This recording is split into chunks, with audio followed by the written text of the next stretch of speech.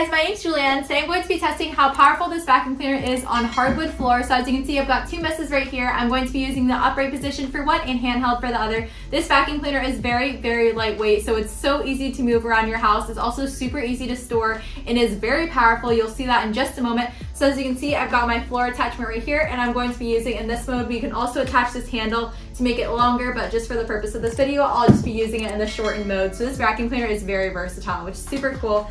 So I'm going to go ahead and flick it on.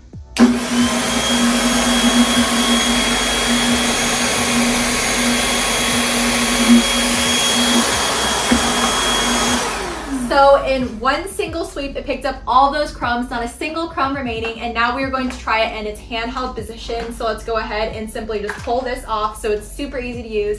Boom, and just like that, it's ready to use in its handheld position. So boom.